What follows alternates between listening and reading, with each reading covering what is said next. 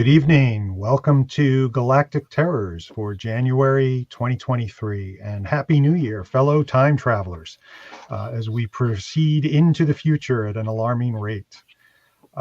This evening, we have a great show to kick off Galactic Terrors, the online reading series that scours the known universe for scary stories, strange tales, weird horror, dark humor, and all sorts of literary oddities from the most imaginative authors writing in a variety of fascinating genres.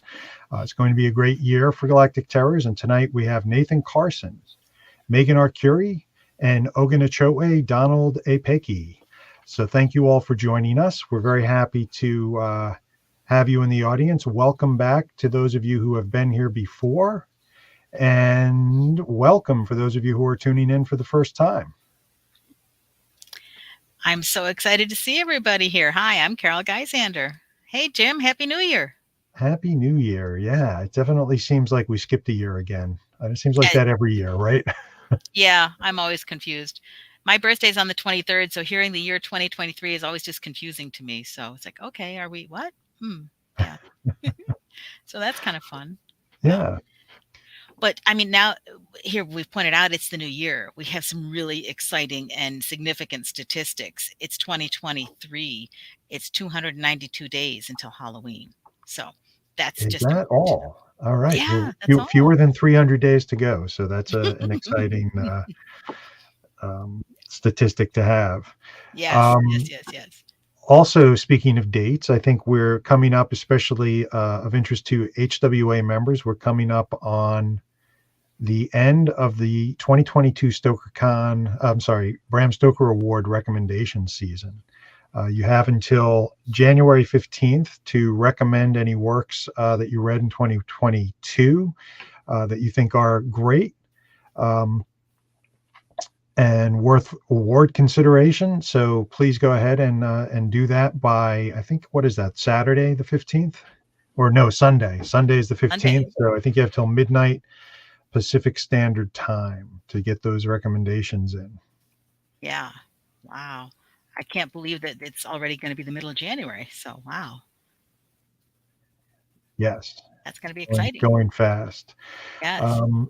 And we do have some news just coming out of the horror community the last few days. I'm sure many of the people in our audience tonight are familiar with the work of Laird Barron. He's a multiple award-winning author of cosmic horror and other types of horror and crime fiction. And Laird has been experiencing some major health setbacks recently and is currently hospitalized. Let's see, Carol, you have a tweet for us from Mike Davis, who is one of the people that behind the wonderful Lovecraft e-zine. And Mike is part of a team with John Langan and a few others who have organized a GoFundMe to support Laird.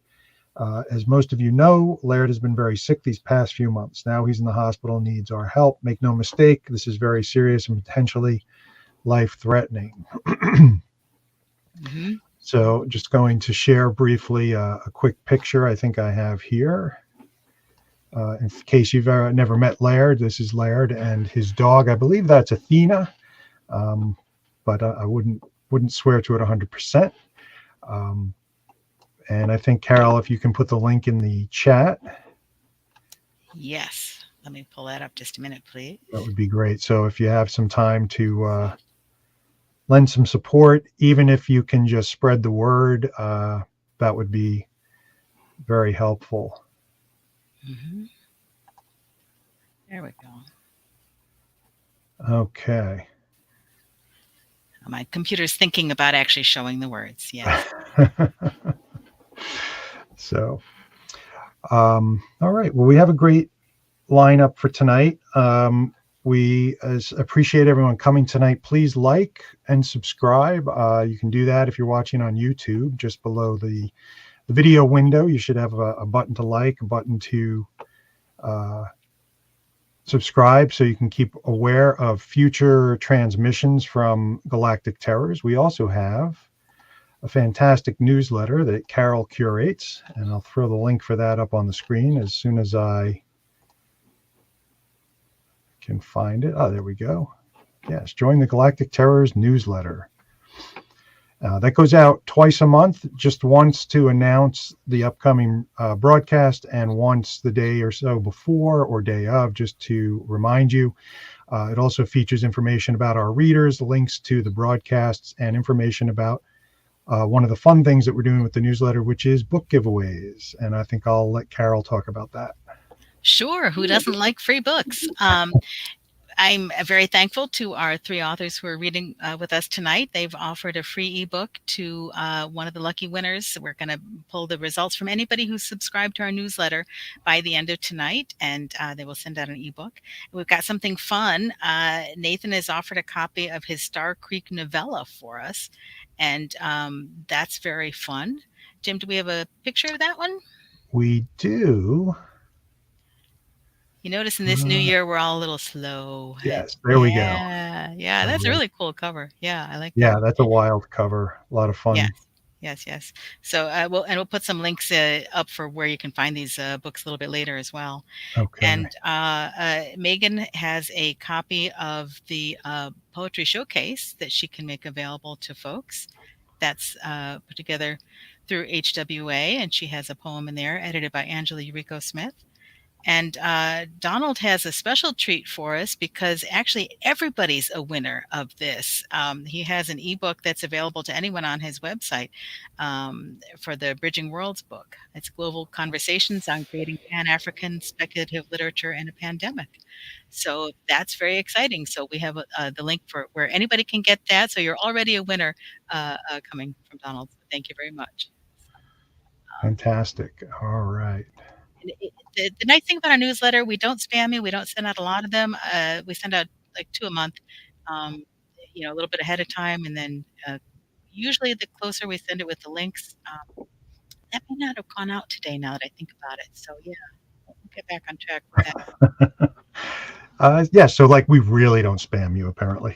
Yes, we really don't spam you. That's absolutely right. Yeah. All right. Well, that's cool. But I think, what do you think? It's time to get started, right? Yeah, I think so. Excellent.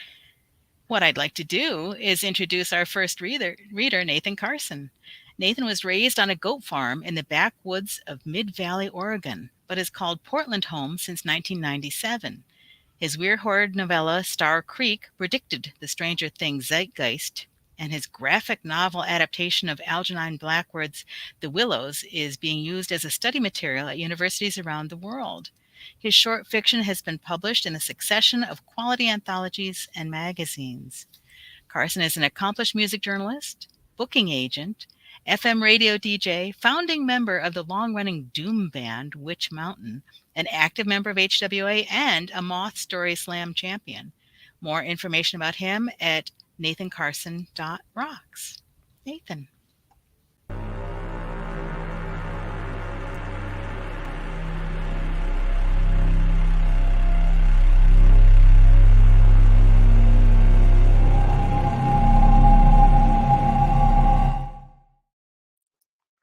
Hey, thanks so much for having me. Carol, I've got a 23 birthday as well, but it's in June. I share that with my birthday twins, my dad and Glenn Danzig. My most recent publication is Other Terrors Anthology, which you just saw on screen. Hopefully everybody here already owns that, because it's kind of like a must-have book for anybody in the Horror Writers Association or that's interested in this genre. But because this is Galactic Terrors, I felt like not reading such an earthly story and doing something a little bit more sci-fi horror. There's a story I wrote a few years ago called Out of Days that was purchased by the editor who I wrote it for. His mandate was to write a story that would scare him, and he said he was really hard to scare, but I apparently pulled it off. But unfortunately, the publisher passed away before the book could come out, and now it has passed through a succession of publishers, and I am expecting it to come out this year, but I cannot tell you when or where. But what I can do is read you the beginning section of my story, Out of Days. I was the first to awaken, though the rest followed within minutes. The plastic shell above my bedding was cocked to one side like a shed carapace. The room was stark, Smooth utilitarian metal interrupted only by the bed and a framed picture of a ranch house with a tire swing hanging from an old ash tree. The next chamber was larger. That's where we began to congregate, dream-logged with no memory of where we were or why. Women and men in roughly equal numbers, shuffled in their uniform bedclothes, squinting and stretching. No children, no elderly, all apparently fit for some unknown duty. No one said much yet. What was there to say? Instead, we gathered around the lone bay window and stared at the exterior world in near silence. Outside, white tundra extended indefinitely before us. We could neither see nor feel the winds on that landscape, but shadowy shapes swirled and darted about.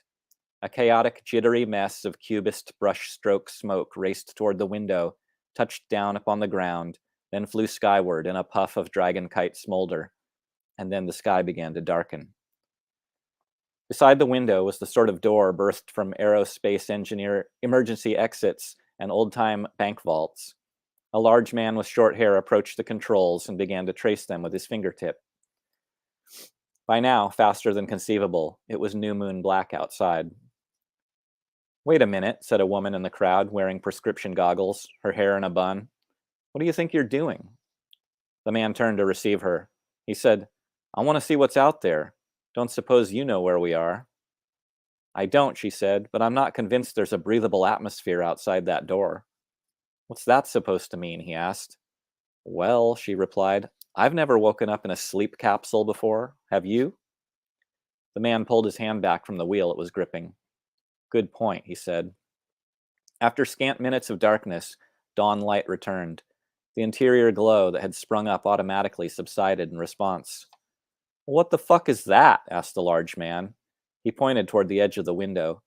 Dozens of people clustered around him to peer at a great structure on the periphery, sheened in the same smooth metal as the building we were in. Windows with round edges dotted their way up its side higher than we could view from that angle. In short time, the tundra was bright as it had been 10 minutes prior. The dark shapes still swooped in flight patterns that recalled no bird, bat, or insect. Soon I realized that I was the only one watching these things.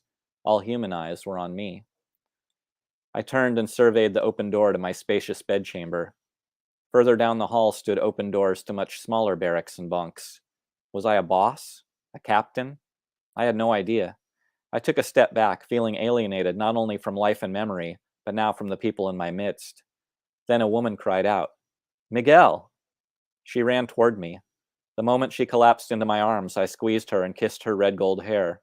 Something deep within me conjured her name, Sarah. Even if we couldn't recall the rest, our bodies did. We fit together with the memory of muscle, instinct, and experience. I felt drunk on the familiarity of her smell. Above her head, I took stock of what were they? Crew? Employees? Devotees to some cult? They were already othering Sarah and I over our connection. I could feel it. But the relief I drew from her warm body and her recognition, and the fact that she'd returned my name to me, outshone all the other unknown fears that threatened to smother us. Since I had answers as few and fleeting as the rest, we all agreed to search the interior. Each sleeping unit was austere as my own, if smaller.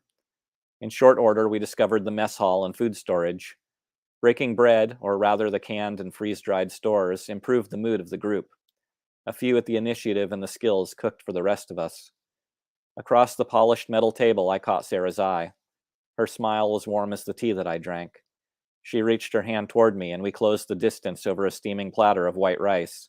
A tall pepper mill stood beside her tray, its matching salt shaker by mine.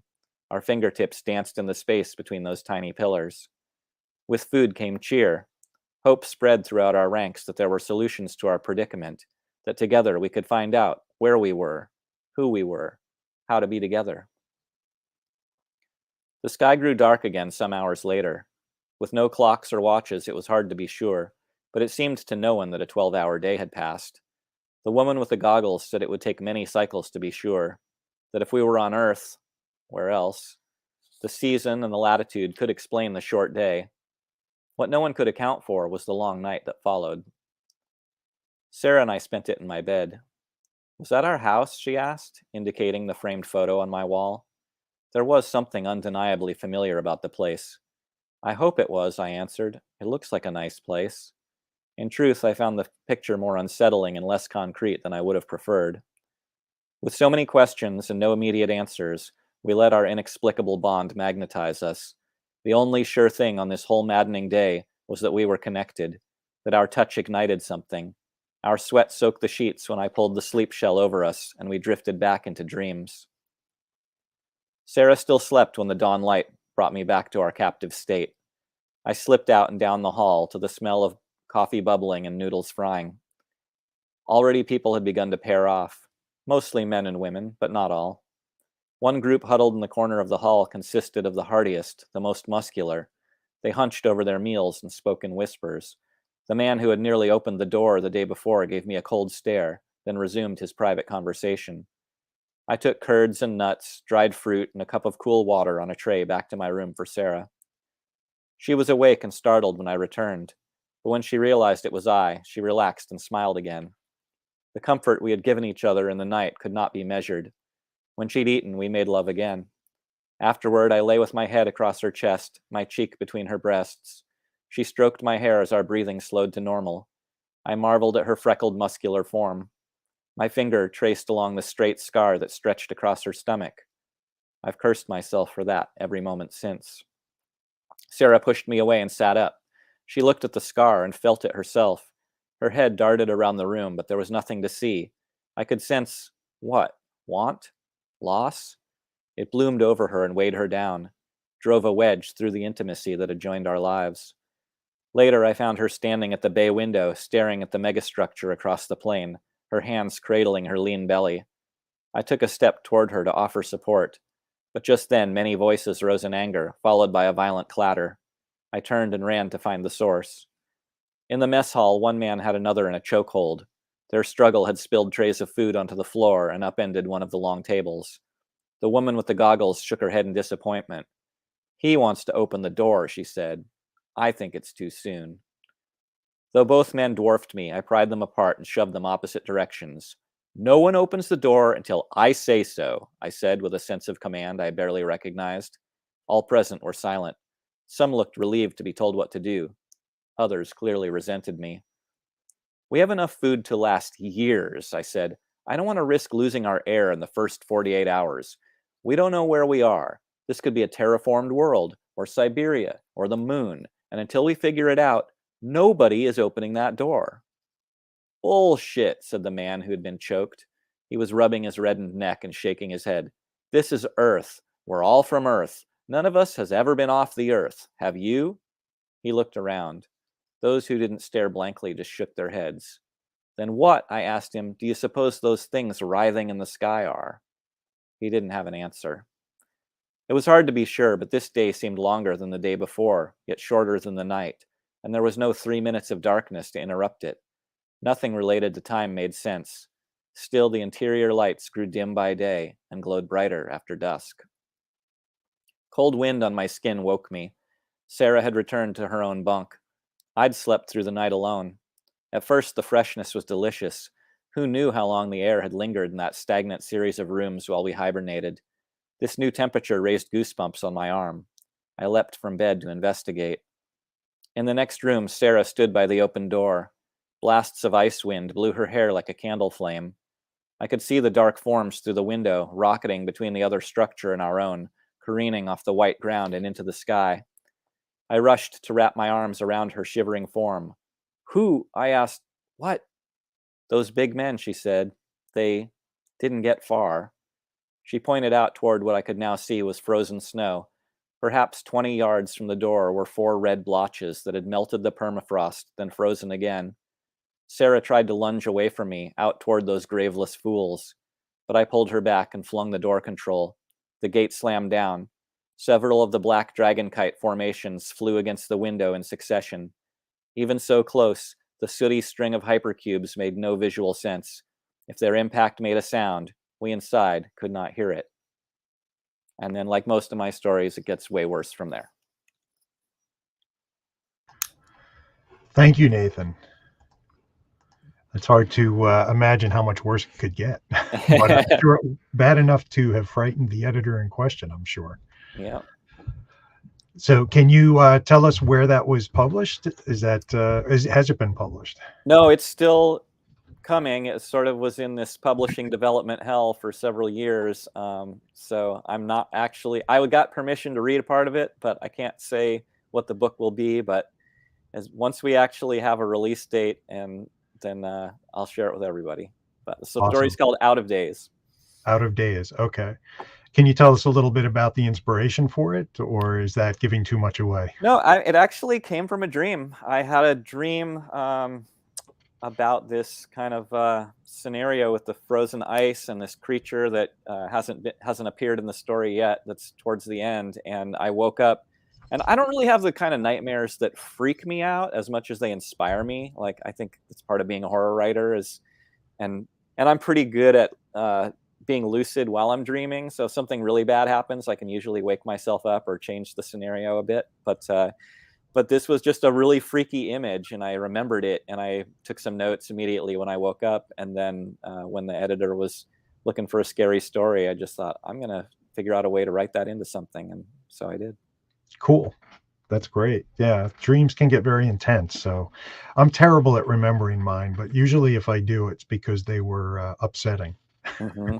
So, so I know, one of the things that's interesting to talk to you about is that you also write graphic novels Mm-hmm. as well as prose. And I think we've had a few people on Galactic Terrors who do that. And I always like to ask them about their approach to writing for a visual medium versus writing for prose fiction. And if you do anything to kind of change it up or to, change gears when you're doing that. Well, certainly you can remove all your visual detail from the writing, and in a lot of speculative fiction, creating those vistas and panoramas for the audience is a big part of it. And so you really are left a lot more with the dialogue and emotion, I think, because so much of it becomes the illustrator's responsibility. So, especially in the case of The Willows, that was an adaptation of a classic novella by Algernon Blackwood, and he's got a really rich and poetic writing style.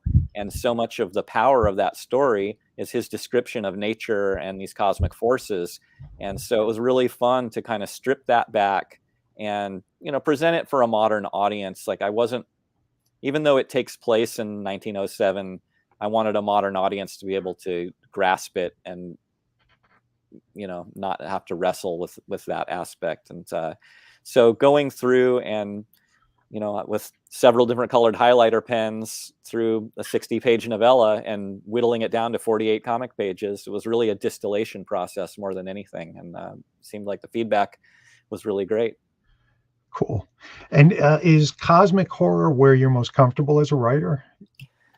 I feel like most of my stories are kind of hybrids that straddle a few different styles. I mean, I guess I like the speculative term because it's so, broad. Some of the stuff I think has a bizarro leaning. I do a lot of horror. I do fantasy and science fiction, but it's rare that I write something that's purely fits in one genre specifically. To me, it's mostly about not wanting to recreate realistic situations that can happen. Like, we all have to live in this kind of banal world. So I'm really interested in art and media that is fantastic for that reason. I like to spend times like anywhere but here, even though I have a good life and like I'm a happy, well-adjusted person. Like, it's still the world at large is in a rough shape. Absolutely. Yeah. And you're getting several comments now about your t-shirt. Oh yeah. Yes. So apparently that's going over quite well with some of the folks in the audience. Well, I mean, if you want to talk about cosmic, you can't get more cosmic than Sun Ra himself. I unfortunately never got to see him live, but I've seen the orchestra, which is his backing band, several times. I got this one at one of those shows. And my girlfriend has a radio show where she plays a lot of exotica and jazz, and Sun Ra is definitely one of her top artists. And so we always go see them together when they come through. Cool. And music is a big part of what you do creatively, right?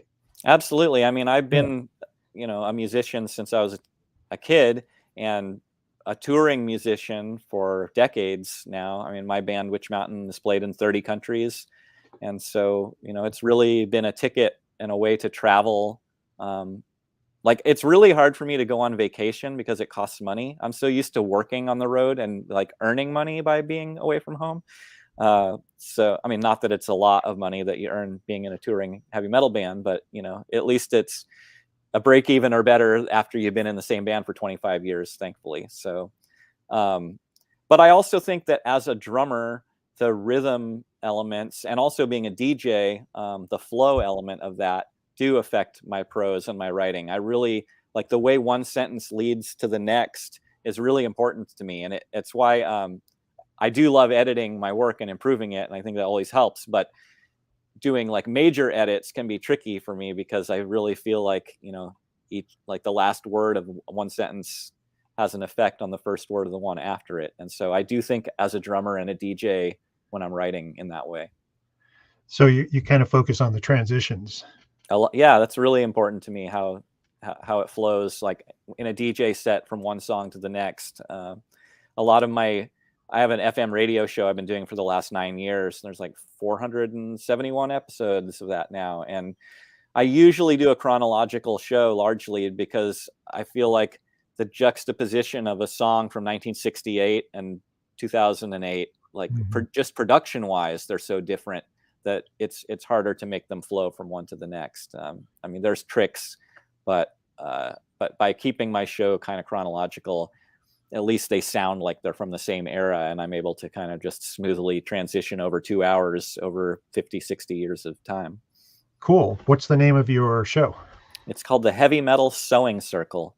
And Okay. I've had Rob Halford from Judas Priest as a guest. I've had different guitar players from the Scorpions, the main guy, 3 different guys from Blue Oyster Cult, Rick Wakeman on keyboard. So, I mean, not every episode is an interview episode, but over time, I've definitely gotten to speak with a lot of luminary figures. And I don't play the hits. Like, to me, the fact that FM radio has decided that Black Sabbath wrote 3 songs worth remembering is just appalling to me.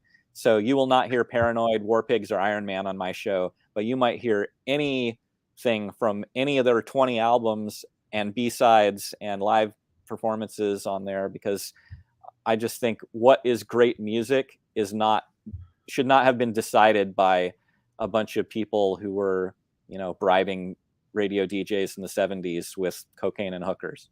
Right.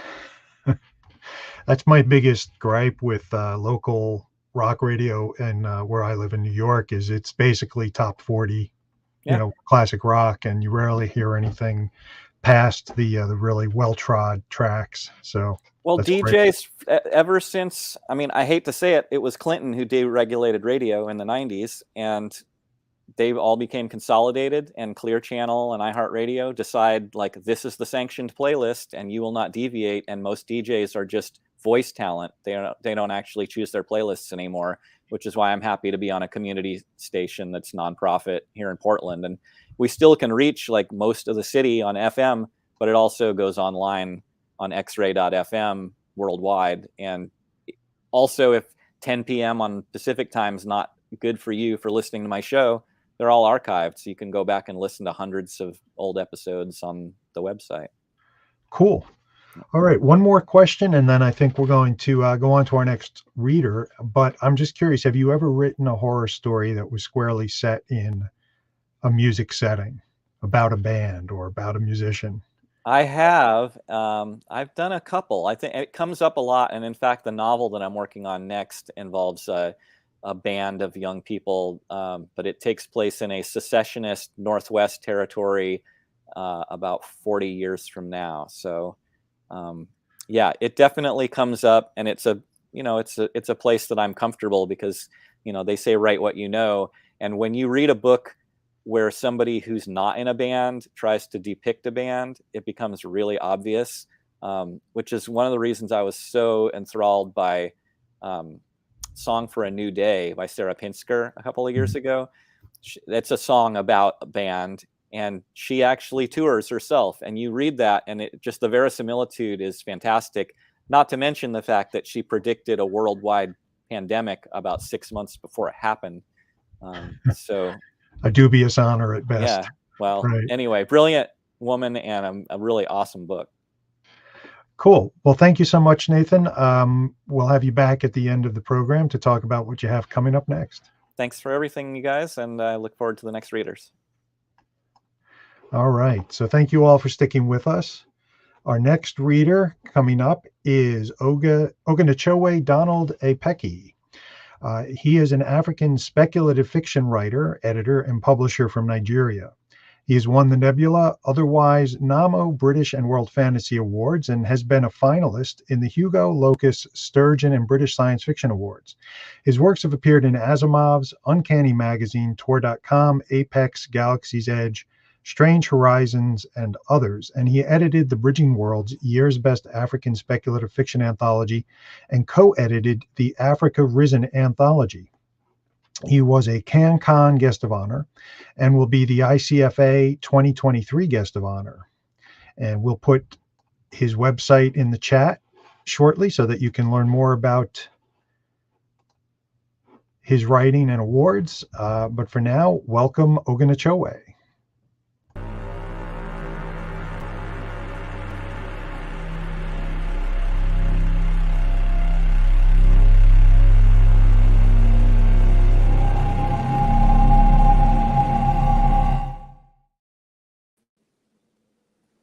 Hi. I hope you can hear me.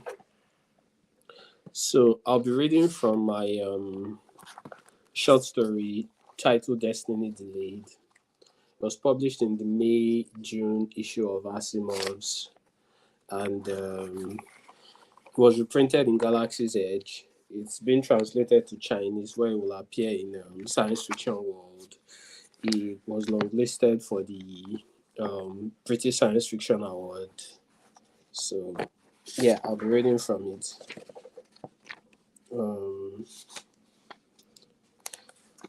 Chinedu Oka alighted from the keke napep that dropped him at a side street and walked a few steps to the head office of the AUB, the Africa United Bank. He blended in with the top bankers and persons in the finance sector. His crisp blue suit and starched white shirt, making him look as sharp as the drawn blade of a motion gangster, intent on robbing someone at 2 in the morning. He was glad to be here. He was glad to have left the position of cashier, handling the grubby notes of traders and students at the Yaba branch of AUB, and marketer briefly thereafter. He approached the nearest help desk and presented his ID, informing the attendant that he had an appointment with Mr. Abiola Yusuf of Human Resources. She placed the call before signaling him to wait, for Mr. Yusuf was in a meeting. This early, Chinedu wondered. Well, he would wait. He had been waiting a long time, after all. 3 years as a contract staff and 6 at the Yaba AUB branch. He was led to the waiting room to do what he was named after. Finally, Mr. Yusuf walked in and shook his hand. "Good morning, sir," Chinedu said, surprised to see Mr. Yusuf sporting a blue kaftan on a Monday morning. In Yaba branch, even the branch manager didn't wear native unless it was Friday. But this was head office. He guessed when one was this close to the top, one did what one wanted. "Mr. Chinedu Oka, is it?" Mr. Yusuf asked in a Hausa accent. "Yes, sir. Walk with me." Chinedu followed him out of the waiting room to an elevator. Mr. Yusuf punched in the 13th floor and spoke to him as the elevator rose. "You read the e-brochure, right? So you know what we do here." "Yes, sir." "Well, I want to give you a few pointers and show you around so you see and understand a bit more of what we do in this department." They came out of the elevator and walked down a hallway. "You were the most active marketer in the Yaba branch," Mr. Yusuf continued. "Only the best get recommended here. Your record is stellar. They say you pulled in 6 billion naira in 6 months, 1 billion per month." Mr. Yusuf stared at Chinedu and nodded. He seemed to like what he saw in Chinedu's eyes. "Well, now you will be helping us with something more than money." They stopped in front of a large department marked UBD at the top of the entranceway, United Bank of Destiny. Chinedu could hardly believe himself when he was ushered into the UBD. Although he had read the brochure, he wasn't sure he wasn't being pranked. This is the measurement and extraction room, Mr. Yusuf explained. This is where a destiny is mapped, measured, and extracted. A procedure was in process. A young man was standing in front of a machine that looked like an X-ray machine. Mr. Yusuf waved to the technicians in lab coats, gloves, coveralls, and goggles. The technicians switched on the Destiny machine and it emitted a whirring noise. There was a number of wires connected to the machine, which in turn were connected to screens around the room. The machine's whirring turned louder, and the air rippled in front of and behind the young man. It took on a dark grey hue. The hue turned from dark grey to purple, then grey again. Then the air stopped whirling, and one of the technicians switched off the Destiny machine. The screens do the soul reading, and the vibrancy of the colors display the intensity of the destiny. Mr. Yusuf turned to Chinedu, who still stared at the operation and the operators. The process measures the capacity of a man's destiny. The destiny is then extracted by the machine and stored in a soul cube. As the young man was led away to wear his clothes, Chinedu noticed that his eyes looked dead, and his face was bleached of color. Mr. Yusuf led Chinedu to another room marked acquisitions and mortgages. This will be your office. The destinies you determine and measure will be extracted and kept as collateral for their loans. Your job will be much like the old one as a marketer at the Yaba branch. But this time you will market young people who want loans but who have no property for collateral. You will convince them to use their destinies for collateral. It's a way for us to be of service to the needy. Think of it as an empowerment scheme to help those who would otherwise not be able to get the funds they need. It's like student loans in America. This is, of course, a very sensitive department. You will see our lawyers to sign a non-disclosure agreement. That's fine with you, of course. Yes, sir, Chinedu smiled knowingly. The monthly salary here was more than he earned in a year in the Yaba branch. In no time, he would clear his loans, even get a car, and moving to the island would be possible. Mr. Biola's voice snapped him out of his reverie. I read your dossier and know that you are an I know that an overachiever like yourself would definitely be up for the job. Otherwise, we would have had you sign the non-disclosure even before you came in here. But I like to think I'm a good judge of people, or I wouldn't be head of HR. Mr. Yusuf chuckled, and Chinedu chuckled politely in return. Mr. Yusuf kept walking and talking. Discretion is very important to what we do here. Not that it's illegal. The young men and women who come for loans all consent to have their destinies extracted and kept as collateral.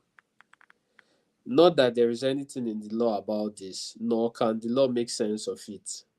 We just don't want the uproar it would cause if uninformed ears got to know of what we do here. You know Nigerians are superstitious. They won't understand that we just want to help people. Mr. Yusuf led Chinedu to an office in the mortgages and acquisitions department. It was well furnished with a sofa for visitors, a surface book on an expensive-looking mahogany desk. This will be your office, Mr. Yusuf said, gesticulating. Chinedu was breathtaken by the office. It was 3 times larger than his branch manager's office at Yaba.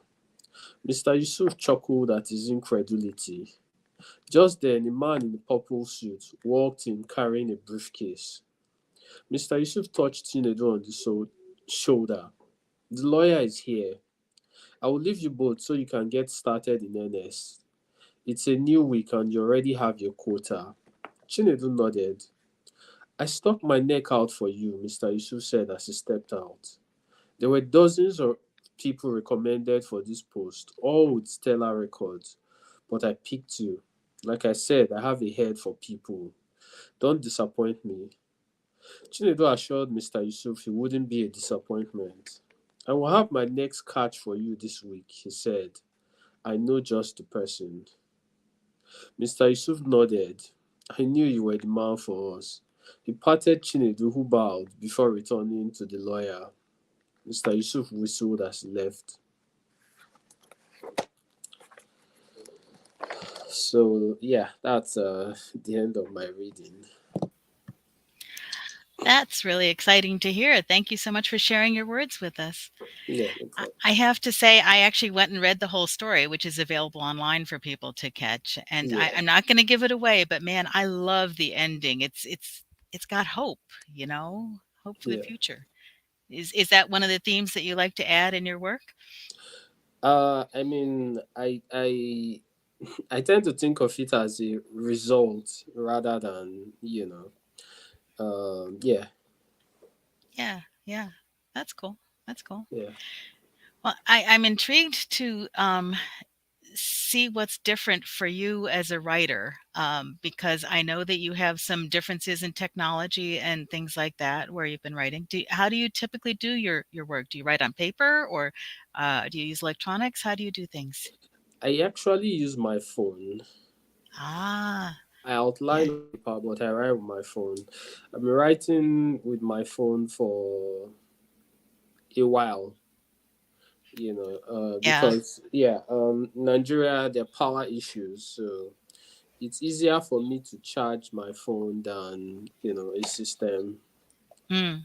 Yeah, It takes less power and less time, right? Yeah, yes, less yeah, yeah. time, less. It's easier to go somewhere with my phone, and Hmm. yeah. So Yes, yes. One of my best friends grew up in Mali, and she had the same issue. She had to plan everything for when the power was available. So yeah, I yeah, understand. Now, all right, I'm dying to know, are you a thumb typist or do you do your fingers on the phone? Tom, but actually, Okay, okay. yeah, My son was so clever with his phone that he could put it under the desk in school and he could type messages without even looking at it. And I have no idea how that was that's done. why I So keep that nails. Actually, it's ah, easier to type with nails. cool. Oh, that's cool. All right, I'll have to try that. That's really neat. So Yeah, I mean, I just finished my novel, and the first draft, and I did it all with my phone. So, wow. Have you ever tried doing dictation? I do that with other stuff. Or no, I haven't. I suspect that the voice to text mm, systems will not work very well with, yeah, yes, yes. One of accent. my friends is Italian, and she has the same issue. Yeah. Yeah. So I'm also interested to hear about you do writing as well as editing. Now, what did you start with? Can you tell us a little bit about that? Well, I started as a writer, but when faced with the realities of the publishing industry, I had to incorporate a bunch else. So, Mm-hmm. lots of systems are not built, for people where I'm coming from. So, if I were a writer alone, how would my work get out there? Somebody has to build these things. So I'm not actually Hmm. just an editor. I'm an editor. I'm a publisher. I'm a con runner. I'm an award organizer. I'm a promoter. Like Hmm. Hmm. like a dozen things at once because somebody has to do all those things. Yeah. Yes, yes, So yes. Ah, a man of many talents. Yeah, yeah, I mean that's my novella, Ife Yoku, I published it. I edited it myself in the Dominion anthology. So yeah, a lot of my works a lot of things that I need. I've had to build them along the way. hmm. Hmm. Yeah. I myself started writing a little bit and then I accidentally fell into some editing. And I found that I learned so much by looking at other people's work and the comments that other editors were giving. So that really helped me. So I think there's something to be said for doing more than just one thing. Um, Yeah, so, yeah, I think that's cool. That's really neat. Well, what we'd love to do is ask you to come back at the end and tell you a little bit about some of your other work and what's available. So, thank you okay, very much for sharing your words. We no loved problem. hearing. Thank you so much. Okay, I'd like to introduce our next reader. Meghan Arcuri is a Bram Stoker Award nominated author. Her work can be found in various anthologies, including Borderlands 7 from Borderlands Press, Madhouse from Dark Regions Press, Chiral Mad, and Chiral Mad 3, written backwards. She is currently the vice president of the Horror Writers Association. Prior to writing, she taught high school math, having earned her BA from Colgate University with a double major in mathematics and English, and her master's from Rensselaer Polytechnic Institute. She lives with her family in New York's Hudson Valley. Please visit her at meghanarcuri.com, on Facebook as meg.arcuri, or on Twitter at MEGHAN ARCURI. Meghan.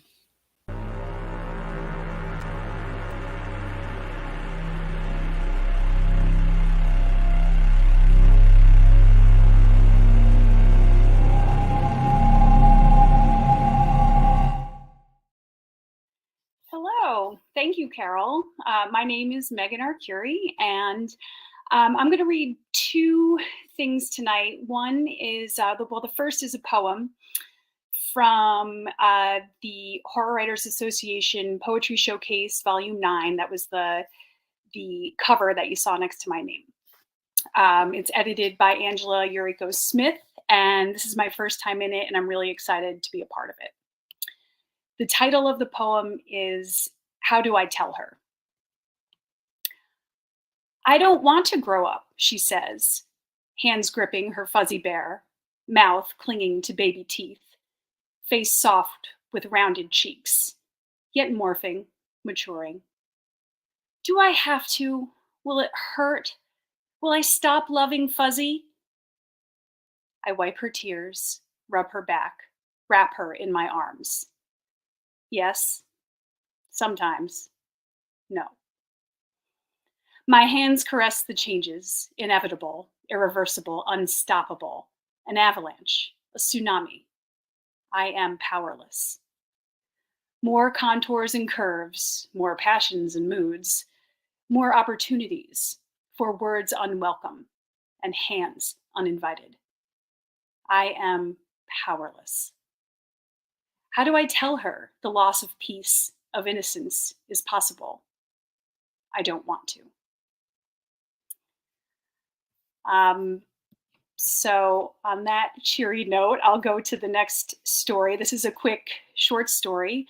I did a writer's workshop this summer at my alma mater, Colgate University, and the instructor gave us some photographs as writing prompts. And I got a photograph by Gregory Crudson called The Basement. And it was arresting and amazing. And this weird little story came out of it.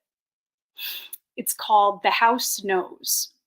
I tossed the keys on the green Formica counter. I always aim for the same spot, that ugly little brown ring, bubbled up and cracking, where Bill had once put the scalding hot coffee pot. I like to cover it up, pretend it isn't there. Hello, I say. No one answers. I set 2 bags of groceries on the kitchen table. 2 more remain in the car. Can I get a little help? Again, silence. No talking, no water running, not even the television. It was on when I left, Bill settling in for another Saturday afternoon James Bond marathon. Jamie holed up in her room, blasting some of her trashy pop music, probably one of those tarts with a single name. Hello? Nothing. My heart starts to race, the familiar stillness disquieting.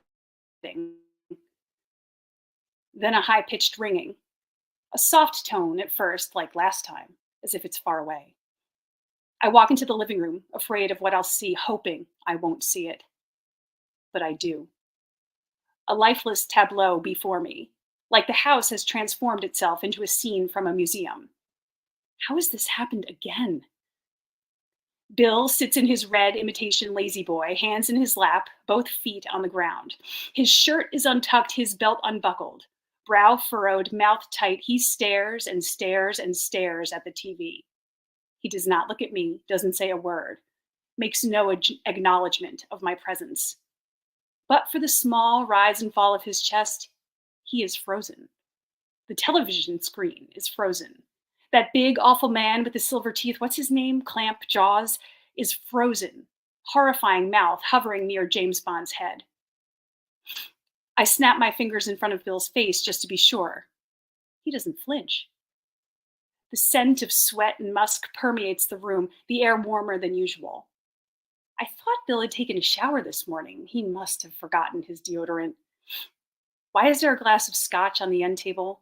He told me he stopped doing that during the day. The ringing becomes louder, steadier. Aunt Ruth's coffee table is askew. My favorite green blanket is on the floor. Jamie lazes on the couch, body as still as her father's, one leg on, one leg off, red marks along her arms and legs, both her shirt and skirt riding up, exposing way too much skin. That's no way to sit in a skirt. She should know better. Maybe I need to monitor her music a little more closely. Jamie! She doesn't even blink. Why is the cushion wet? Did she spill her water? She left her glass on Aunt Ruth's table, nothing underneath it, of course. My only physical connection to the woman who practically raised me, and my daughter is hell-bent on ruining it.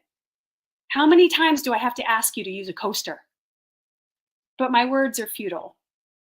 Can she hear them over the ringing? Can she hear the ringing? I nudge the table back into place, lining the legs up with the little imprints in the carpet. I grab a coaster from the end table and put it under the glass. I fold the blanket, the one Bill and I used for our first date, a double feature at the drive-in. Also Deuce's old blanket. When this happened before, last year, I found Bill hovering over the television, the image of a college football game fixed on the screen. At least Jamie had been away at a sleepover. Even better because Deuce had died. He was an annoying little shit of a chihuahua, but we all loved him in our own way, Jamie especially. We got him for her 10th birthday. When I came home from the grocery store, his small, unmoving body lay curled up at the bottom of the front steps in a pile of snow. I don't know how long he'd been out there. He was a little escape artist and would sneak out when Bill left the garage door open, regardless of the weather. But the garage door wasn't open that day, and the other doors had been locked. I ran inside, yelling about the dog, but I was met with silence, stillness, like the house had taken a snapshot of the scene just before I entered. Then the ringing started. Bill was a granite sculpture of a man trying to change the channel. I screamed his name, clapped by his ear, even tapped him a bit, but nothing. I thought about calling the police, the medics, but I didn't want them to think I was losing my mind. Jamie always blamed him. She'd never said it to his face. Neither one of us was brave enough to do something like that, but she'd always blamed him. I think he knew, too. I shut off the TV, and as soon as the horizontal white line had disappeared, the ringing stopped. Bill had come back to life, unaware of the lost time. I ran back outside to check on Deuce, but the smell had not worn off on him. A big tear rolls down Jamie's cheek. Jamie? I tap her shoulder. Can you hear me? Nothing. The horrible ringing fills my head, fills the room. I find the remote and turn the TV off. The white line disappears. The ringing stops. Why is the TV off? Bill's low, raspy voice. Where'd you come from? It happened again, like last year. A peculiar expression crosses his face. Jamie wipes her cheek and storms off to her room, slamming the door. What's the matter with her? I say. Bill shrugs, gets up, and turns the television back on. Thank you.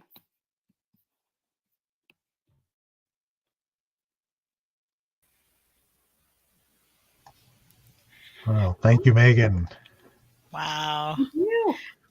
I just have to say, first of all, that first poem, all of your work, you have a very special way of passing along heart-touching things, that involve kids, and people. And I know you have some kids at home, and I've raised a few, and Jim has as well. But it's a really nice feature of your work. So lovely job. Thank you for sharing your words.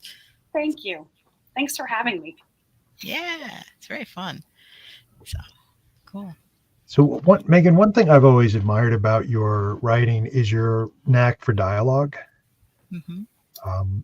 Yeah, such a great ear for capturing naturalistic dialogue and telling the story through it. And I think, I mean, and I know I've read some stories that you've written that are very dialogue focused. Is that something you do consciously, or is it just sort of, you know, a natural inclination to write in your characters' voices? Probably a little of both. I do, when I'm starting a story, I often start with the dialogue because it helps me get into, like you said, the voice of the character, and I can hear them better. And then it helps me do the narrative a little better and how they would approach things. But also, like, it's kind of a cheat too, because like you said, it's a nice way to tell the story without doing a little more showing through dialogue without, the telling so much, but even though you're still kind of telling, but you're getting the action with the actual dialogue. So a lot of times when I write myself in a corner, I'm like, oh God, this is terrible. This is boring, blah, blah, blah. What do I do? Dialogue to the rescue. And it helps a lot. So it's one of my favorite tools to use. That's great. Yeah. I don't think it's a cheat when you do it on purpose. That's fair. And do you hear their voices in your head? I mean, do you know what they sound like? Is somebody's a high pitch or low pitched? How does that work for you? I mean, maybe not so much pitch, but just kind of like delivery and cadence, I think. Cadence is really more of it. Nathan was talking about, I'm not a drummer, but I kind of like understand that because a lot of times it is about a rhythm, the way the people are speaking, either to themselves, to each other. So I kind of, that's more what I hear when I'm starting out. Mm-hmm. Mm-hmm. Yeah, I start with dialogue a lot too, and then I go back through and sort of trowel on all the things I need to do, like where are they? Right. The white room. Yeah. I'm like, oh, the setting, yeah, that. Oh God, I'd rather sometimes I think I just want to write all dialogue, but you have to go back and describe things. So.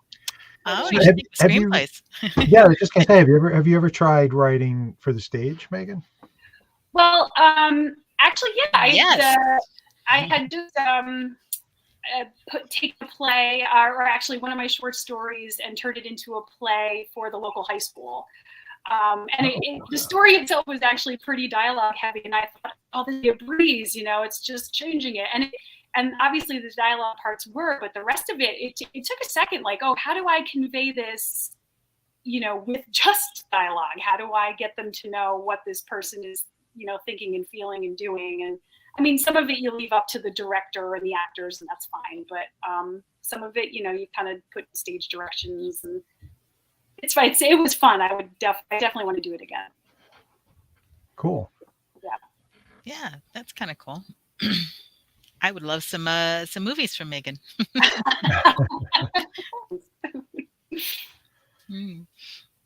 We could get you into the final frame at Stoker. I know somebody there. Oh my gosh. Oh yeah. You know. Okay. Well, we do have a question from the audience.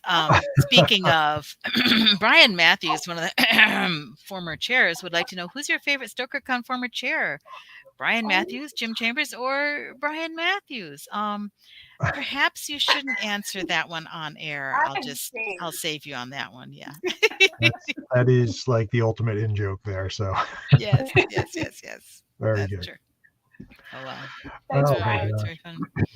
What do your kids think about your writing? Are there things that they read or don't read, or how does that work? Oh, they don't really read it. they don't really like horror too much, and in fact, they're not even so much into the fiction. They prefer nonfiction. So cool. Sometimes, even the more fantastical, less horror stuff, they're like, no thanks. They'd rather. My son in particular would rather read about World War II. So anything to do with World War II and panzers and all that stuff. So he's cool. Yeah. Oh, cool. Oh, you should take up historical fiction. No. Yeah, for sure. Exactly. Yeah. As long as they're reading, that's the main thing. I think, and I went through that with my kids too, is kind of discovering what would get their interest engaged enough to stick with a book. Right. Mm-hmm. And Absolutely. It was a lot of trial and error and like completely different for each one. So. Mm-hmm. Yeah. Yeah, it doesn't matter. Whatever they want. I mean, as long as they're reading, it's fine with me. It's Yes. great. I mean, when they were younger, there were the Captain Underpants books, and who cares? They're reading. Yeah. Those are hilarious. Those are Oh, they are. Yeah. Yeah. I had to like try not to laugh. Yeah. yeah. So, Yeah. Megan, have you tried your hand at a novel or a longer work? I know you've written a lot of short fiction and poetry. Yes, I have. I even have one, but it's in the drawer, the drawer, so to speak, and forever it shall remain. It just, I got through it. I did the whole process. I did the edits. I did everything. I even tried to sell it. And then I was like, is this really the first thing you want out there? Long work from you? Probably not. Why don't you work on something different? So, but then I get kind of caught up in the short story cycle, and I don't give myself enough time to do the long. But it is a goal. It's a goal of mine. Mm-hmm. Mm-hmm. Yeah, that's cool. Do you have a favorite short story writer that got you hooked on the short form? I know that was one of my things that when I was reading growing up is I devoured short stories, and I think that's why I just got so connected with writing them. So I'm just wondering if there was some writer or series of stories or something that did that for you. Well, I mean, I've been involved with Borderlands Boot Camp a lot, so I met a lot of the people there. I mean, there are novel writers there too, but a lot of them were short fiction writers, like Michael Bailey and R.B. Payne were really big influences because their voices are so great, and they were really encouraging. Because at that point, I wasn't really writing much of anything, and so Richard Payne was like, "Why don't you try writing some horror stories?" And I was like, "All right, let me give it a try." And then so I read a lot of their work. I read, F. Paul Wilson and Tom and Doug Winter and everything, and so that's how kind of I got into it through that. Cool. Yeah. I have to say I took the advice of both Megan and Jim, and I signed up for Borderlands this year, so that's going to be fun. Yeah. Great. Yeah, that's with Brian Keene and Mary San Giovanni this year. That's the new crowd. Yeah. Yeah, and for those in the audience who may not be familiar with it, Borderlands Boot Camp is a long-running writers workshop that takes place over one weekend, basically, and it's a very intense weekend of critiques and shop talk and working on writing that a lot of horror writers have gone to, because the people who founded it, Tom Monteleone, Paul Wilson, Doug Winter, and a few others, were working in the horror genre. And it's a great experience if you are looking for a very kind kick in the you-know-what. Great. You'll learn so much. So. Yeah, that's neat.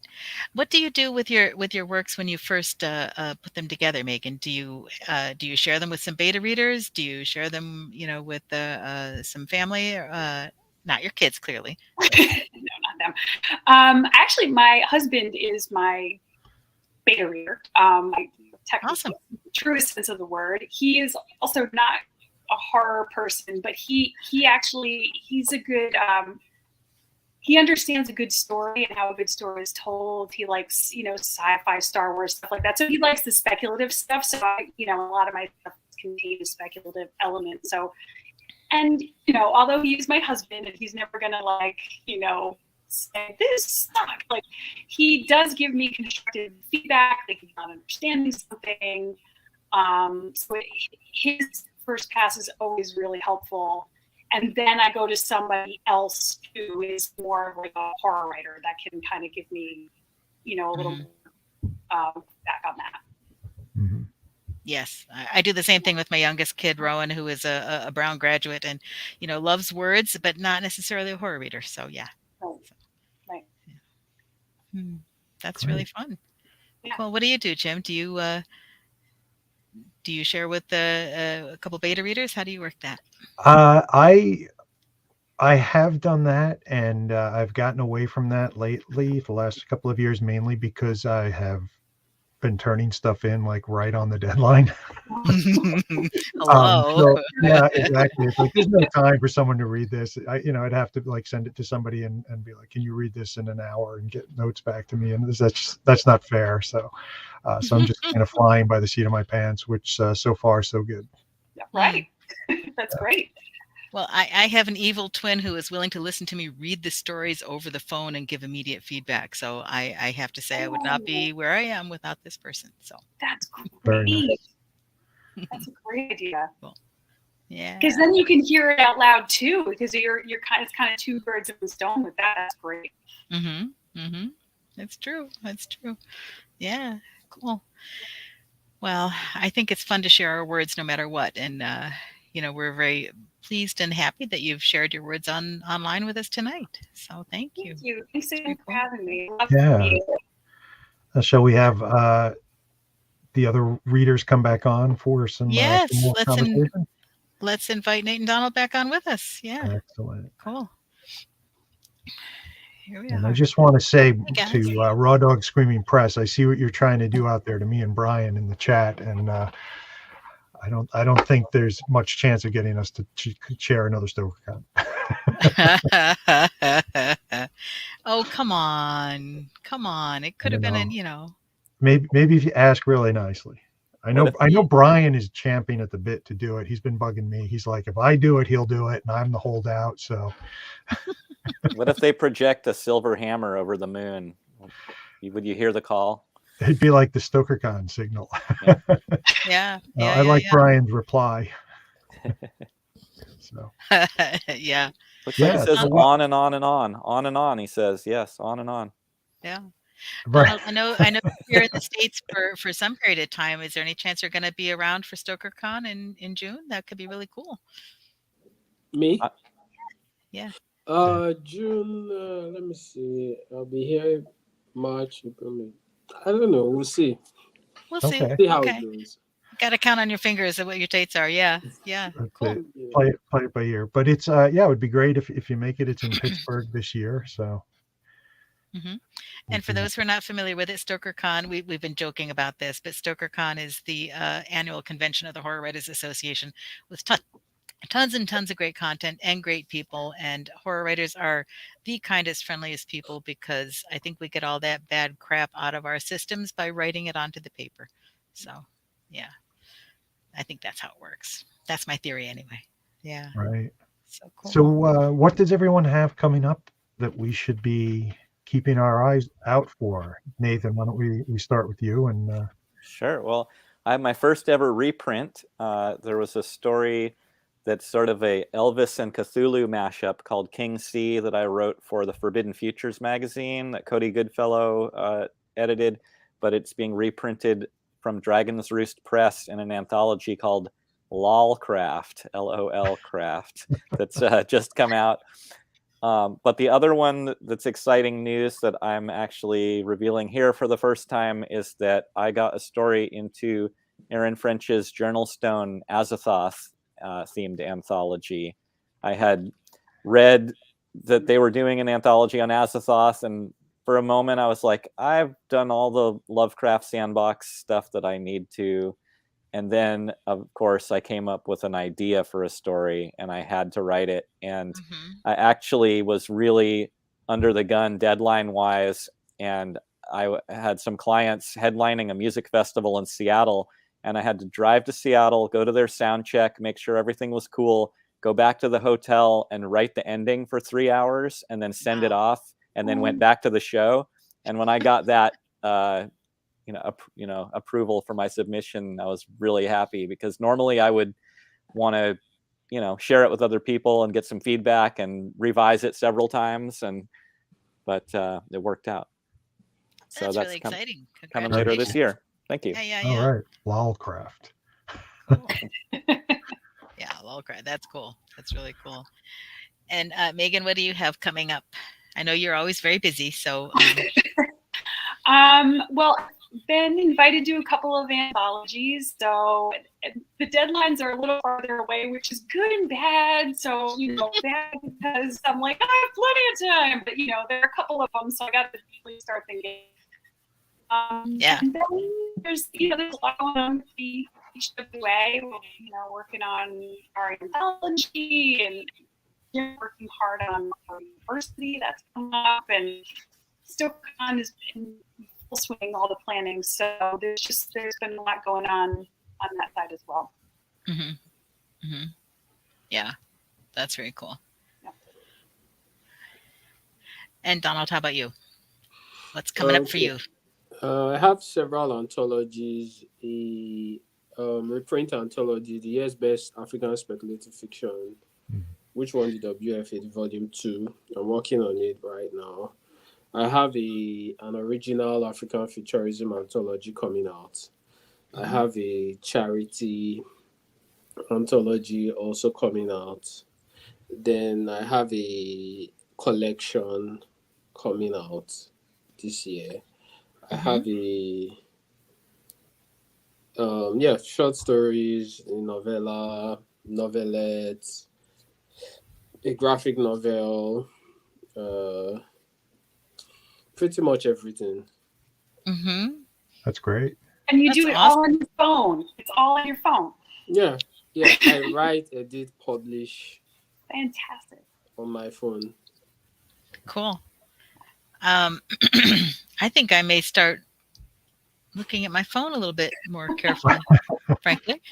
More useful than you think. Yeah, well, I have a question for everyone, which is a little off the writing topic, but since it is January on our first stream for 2023, did anyone go in for New Year's resolutions this year? Did you make any fun New Year's resolutions? And if you have you kept them so far? Personally, I wanted to read more this year because last year was kind of my financial catch up after being out of work for 2 years during the pandemic. Like there were no concerts, no tours, no live music for the 2 years. So last year I kind of had to say yes to every gig that I could take and caught up. But it meant a little. I mean, I still read plenty of books last year, but not like I normally would. So I've been spending a lot more time reading this year so far, and I'm enjoying it a lot. That's a good one. Yeah, that's good. And do you read ebooks? Do you read paper copies? I only read paper, really. Ooh, okay. Yeah. It's not. I just don't even own any reader, so I'm not judging. I just don't have one, and I have a house full of books and records, and I enjoy that tactile approach. So I'm sure someday I'll have one, for being on the airplane or the train or in the van or whatever. But I kind of get car sick reading anyway, so my best reading time's at home for sure. Well, I am an audiobook consumer, and I have been paying a lot of attention to Audible, which just gave me my summary for the year, and it told me that I listened to 233 hours of audio books this past year, which is like, okay, I've been driving a lot, I think. Yeah. Well, any other New Year's resolutions, guys? 720. I got a puppy in October, so I've been so distracted with the puppy. I didn't even put any thought into it. I'm like, let me just clean up some more pee and figure out how to house clean. So I've just been like, just kind of crazy between the dog and the holidays. So unfortunately, no, but I do like the more reading one. I could always read more. So maybe I'll steal Nate's and. Okay. I think that's fair. Your resolution is to house train that puppy. That's right. Your resolution is to have a clean floor. Yeah, that's fair. That's fair. Is that something that you're familiar with, Donald? New Year's resolutions? Say, I'm going to go do this in the new year, or is that not something you care about? The only thing not really. I mean, I know life is unpredictable, and you do what you want anyway. So. Yeah. Cool. I don't think you can make a resolution to go do more anyway, because something would explode in the universe if you did. That's right. Yeah, you seem busy enough. Yeah, that's really true. So Yeah, so I've been enjoying talking with all you guys. So this has been a lot of fun, and thanks for joining us. Jim, what do we have coming up next month? We have Yeah, another show tonight. we will be back in February on the 9th, featuring Ty Drago and Sam Ribeline, and very likely one more reader that we have not yet announced. So join us on February 9th for the next Galactic Terrors transmission, and you can catch us every month on the second Thursday of the month. Hmm. Um, And yes, and I happen to know also that Donald is going to be reading in person at Galactic Philadelphia. For those who are in that area and are not familiar with the event, it's a very cool thing. It was going on before the pandemic, and they took a break during the pandemic. But it's a monthly reading series like this one, only it's in person, and they do speculative fiction down there. And really looking forward to it starting up again. So I will see you down there. I'm going to drive down from New Jersey because, yeah, I used to before the pandemic, and my buddy Teal would ride down as well. So we're going to try and get down there. So cool. yeah, and no affiliation with Galactic Terrors. So Yes, although it was sort of inspirational for the name, But yeah, very glad that they've been starting up again. So that's very cool. Yeah. All right, everybody. So what's that? Very glad that they're starting up again. So thank you for joining us, everyone. No problem. very Thanks for having me. And make sure to subscribe to the newsletter if you'd like to win one of the books that will be given away. Yes. And that's very cool. And I'm just going to put the link here just so people can see it one more time. Great. Thank you. There we go. Thanks a lot. Great. Right. Thanks for coming in, everybody. Thank you all for sharing your work with us. Thank you, those of you in the audience, for joining us, and we hope we'll see you again next month, at least most of you.